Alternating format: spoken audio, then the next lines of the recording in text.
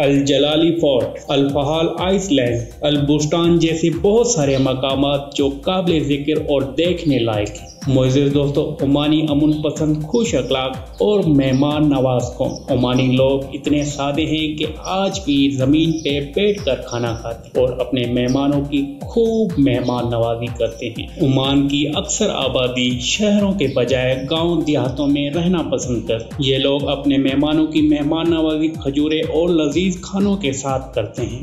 عمانی لوگ کھانے پینے کے بہت شوقین ہیں۔ دوستو، دنیا کا سب سے بڑا جادوگر اور دنیا کا سب سے بڑا بدبخت سامری جادوگر، جو دکھنے میں بھی کافی خوفناک تھا، جس کے پیدا ہوتے ہی اس کی ماں نے بدنامی اور رسوائی کے خوف سے اس کو ایک غار میں چھوڑ دیا تھا، اور اللہ کے حکم سے حضرت جبرائیل علیہ السلام نے اس بدبخت کو اپنی انگلی سے دودھ پلا پلا کے پالا، اور اس بدبخت کا اصل نام بھی موسیٰ سامری ہے۔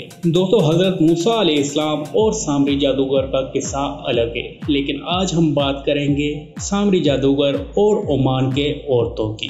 عمان کی عورتیں جب سامری جادوگر کے محل کے سامنے سے گزرتی تھی، تب سامری جادوگر ان عورتوں کے پاؤں کی مٹی اٹھا کے ان پہ جادو کرتا تھا اور ان عورتوں کو مکمل طور پہ اپنے قبضے میں کر کے رکھتا تھا، اور جیسا وہ چاہتا تھا ویسے ہی وہ عورتیں کرتی تھی۔ اس درد سے پھر عمانی عورتوں نے لمبے برقعے پہننا شروع کیا، جیسے وہ چلتی اور پیچھے سے ان کے پاؤں کے نشان مٹتے جاتے۔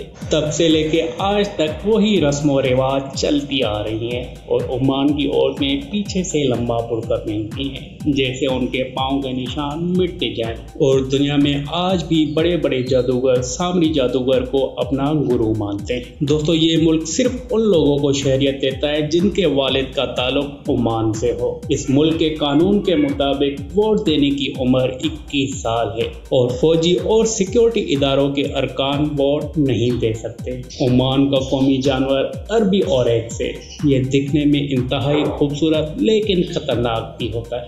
کافی عمان کے ثقافت کا ایک بہت بڑا حصہ ہے۔ اگر ہم کافی کو عمان کا قومی مشروب کہیں تو غلط نہیں ہوگا، لیکن عمانی کافی کو عربی میں قہوہ کہا جاتا ہے۔ عمان کی زیادہ تر معیشت تیل پہ مبنی ہے۔ اس ملک کی ٹوٹل GDP 104 بلین ڈالر ہے، اور اس ملک کی کرنسی عمانی ریال، ایک عمانی ریال پاکستانی 725 روپے اشاریہ 40 پیسوں کے برابر ہے، اور انڈیا کے 217 روپے اشاریہ 20 پیسوں کے برابر ہے۔ عمان میں ٹوٹل 10 ایئرپورٹ، ان میں سے 2 انٹرنیشنل ہیں، ایک مسقط اور دوسری سلالہ میں۔ عمان کی ایئر لائن کا نام الطیران العمانی ہے۔ دوستو، عمان ایسا ملک ہے جہاں بہت کم ہی اونچی اور لمبی عمارتیں ہیں، لیکن اس ملک میں ایک شہر ایسا ہے جس کی ہر عمارت، چاہے وہ اسکول ہو، آفس ہو یا پھر کسی کا اپنا ذاتی گھر، سب کے سب سفید رنگ کے۔ یہاں تک کہ اگر کسی کو کوئی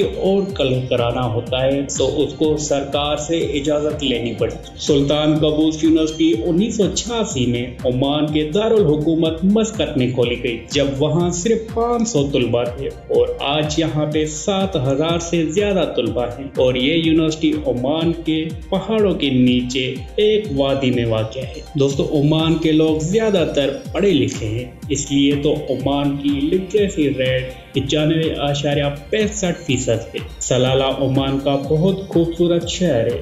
کہیں صحرا تو کہیں کھجوروں کے درخت، کہیں کیلے ناریل کے درخت تو کہیں آبشاروں کے شاندار منظر۔ دوستو، سلالہ میں کئی انبیاء اکرام کی آخری آرام گاہیں ہیں، جیسے حضرت عمران علیہ السلام، حضرت ایوب علیہ السلام، حضرت ہود علیہ السلام اور حضرت صالح علیہ السلام۔ مجلس جن مطلب جنوں کے ملاقات کی جگہ۔ دوستو، دنیا کا دوسرا سب سے بڑا غار، جو غار سلما کے نام سے بھی مشہور ہے، یہ غار مسقط سے 100 کلومیٹر جنوب مشرق میں سلطنت عمان میں واقع ہے۔ کہا یہ جاتا ہے کہ اس غار میں ایک بہت بڑے ایک آنکھ والے جن نے ایک عورت کو قید کر رکھا تھا، اور اس عورت کا نام سلمان۔ تو دوستو، امید کرتا ہوں اس ویڈیو سے آپ نے عمان کے بارے میں بہت کچھ جانا ہوگا۔ اگر یہ ویڈیو آپ کو اچھی لگی ہے تو اس چینل کو کر دیں سبسکرائب، بیل کے بٹن کو دبا دیں، ویڈیو کو لائک اور شیئر کرنا مت بھولیے گا۔ ملیں گے کسی اور ویڈیو میں، جب تک کے لیے مجھے دیں اجازت۔ اللہ حافظ۔